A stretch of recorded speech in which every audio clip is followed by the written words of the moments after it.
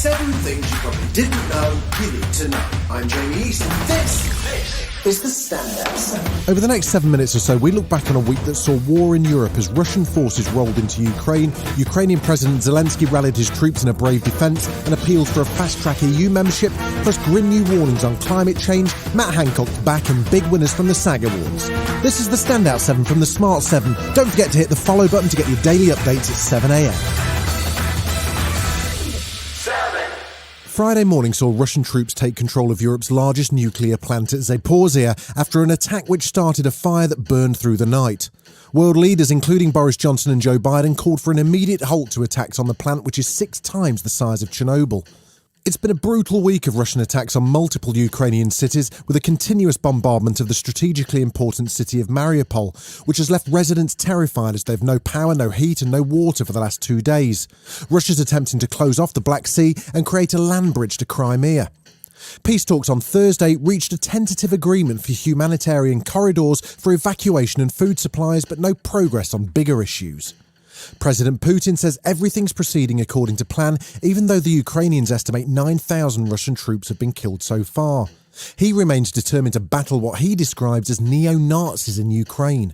I will never go back on the statement that Russians and Ukrainians are one people, even though that a lot of Ukrainians have been threatened and brainwashed. President Zelensky issued a direct appeal to Putin. Please leave our land. If you don't want to leave now, sit down at the table of negotiations. I am free.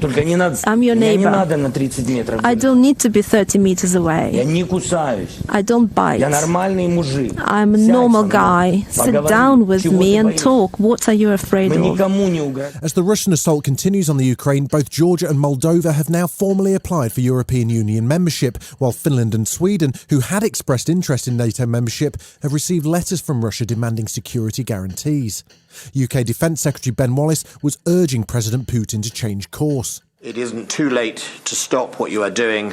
You risk being isolated for decades to come. The international community is united, and we won't accept what we are seeing in Ukraine. Tuesday saw more brutal attacks on Ukraine from Russian missiles and shelling. The centre of Ukraine's second city, Kharkiv, was rocked by a massive explosion which killed and injured dozens of people. Then early Wednesday morning, Russian paratroopers landed and attacked Ukrainian troops near a military hospital.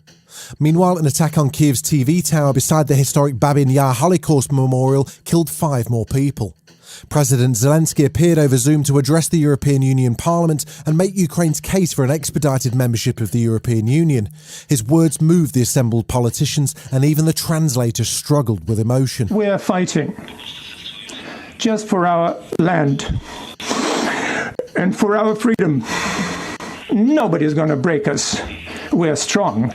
We're Ukrainians. The parliament responded with a standing ovation and then staged a walkout as Russian Foreign Minister Sergei Lavrov started his speech. Later, the Ukrainian president spoke to the international press, including CNN, from a bunker in Kiev. He was asked if he thinks that there's any real prospect of peace from the talks with Russia. Everybody has to stop fighting and to go to that point from where it was beginning 6 days ago. If you'll do this, and if those side is ready, it means that they are ready for the peace.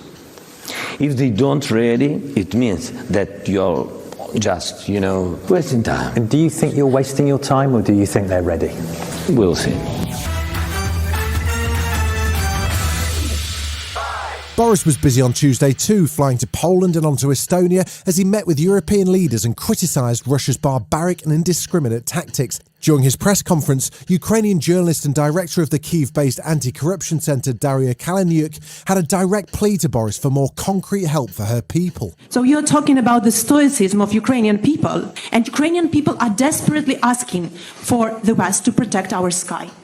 We are asking for the no-fly zone. We are saying in response that it will trigger World War III. But what is the alternative, Mr. Prime Minister? My family members, my team members are saying that we are crying. We don't have where to run. And despite her plea for a no-fly zone over Ukraine, Boris says it's a step too far for the NATO alliance. Unfortunately, the implication of of that is that the UK would be engaged in shooting down Russian planes. So that's not something that we can do or that we've envisaged. In the Commons, there was a rare occurrence as the visiting Ukrainian ambassador was given a standing ovation. I want to welcome to our gallery the Ukraine ambassador. There were no standing ovations for Boris, who was under pressure once again about Chelsea owner Roman Abramovich. Last week, the Prime Minister said that Abramovich is facing sanctions. He later corrected the record to say that he isn't. Well, why on earth isn't he? Mr. Speaker, it's not appropriate for me to comment on individual cases at this stage. Labour leader Sir Keir Starmer also suggested that if the UK really does want to stand with Ukraine, it's time to clean up the flow of Russian money through London. And now is the time to sanction every oligarch and crack open every shell company so we can prove Putin wrong. Still to come on the Standout 7, Matt Hancock makes a podcast comeback and Will Smith wins big at the SAG Awards. Right after this. Welcome back.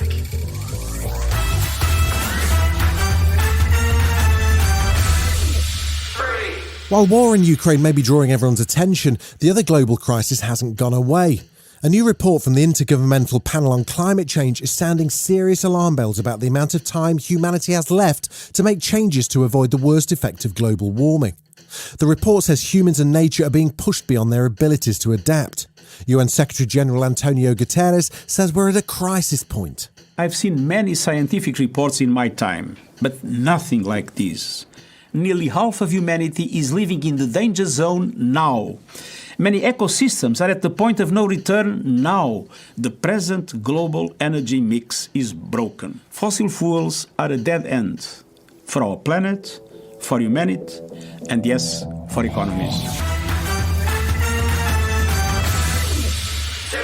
He was the health secretary through the early days of the pandemic until a leaked CCTV photo showed him breaking COVID guidelines with a work colleague. Now he's relegated to the backbenches, but Matt Lavish Holidays Hancock is back. Speaking to Steve Bartlett on the Diary of a CEO podcast, he was still a bit sensitive about the way the whole affair unfolded. In September 2020, there was guidance given to stop us having casual sex with people outside of our household, etc., etc. I haven't had casual sex with anybody. Okay. I fell in love with somebody. There's a way that we can do this bit of the conversation, but we cannot do it with you starting talking about casual sex. This bit is really hard for me as well. I completely understand. I completely understand. I actually haven't asked the question yet. This is all just a preamble. The Screen Actors Guild, or SAG Awards, took place on Sunday night in Santa Monica, California. It was a night of surprises, with Troy Kotsur picking up Outstanding Supporting Actor for his work in def drama Coda, which was also the winner for Outstanding Cast. Netflix saw Squid Game stars Lee Jung-jae and Ho Young-jung win Best Actor awards for TV drama. Succession and Ted Lasso both picked up awards for ensemble casts. The biggest surprise of the evening saw Will Smith pick up his first award for Best Man in a Leading Role for King Richard, and he revealed that Venus and Serena really made him sweat before he gained their seal of approval. Venus, Serena, the Williams family, you entrusted me and our group with your story. You didn't agree to put your name on it till you saw the final project. I agree. I get that. You know. It's cool. That's real. That's real, because we be messing stuff up sometimes. This has been the Standout 7, the best of the week from the Smart 7. We'll be back tomorrow, 7 a.m. with the Sunday 7.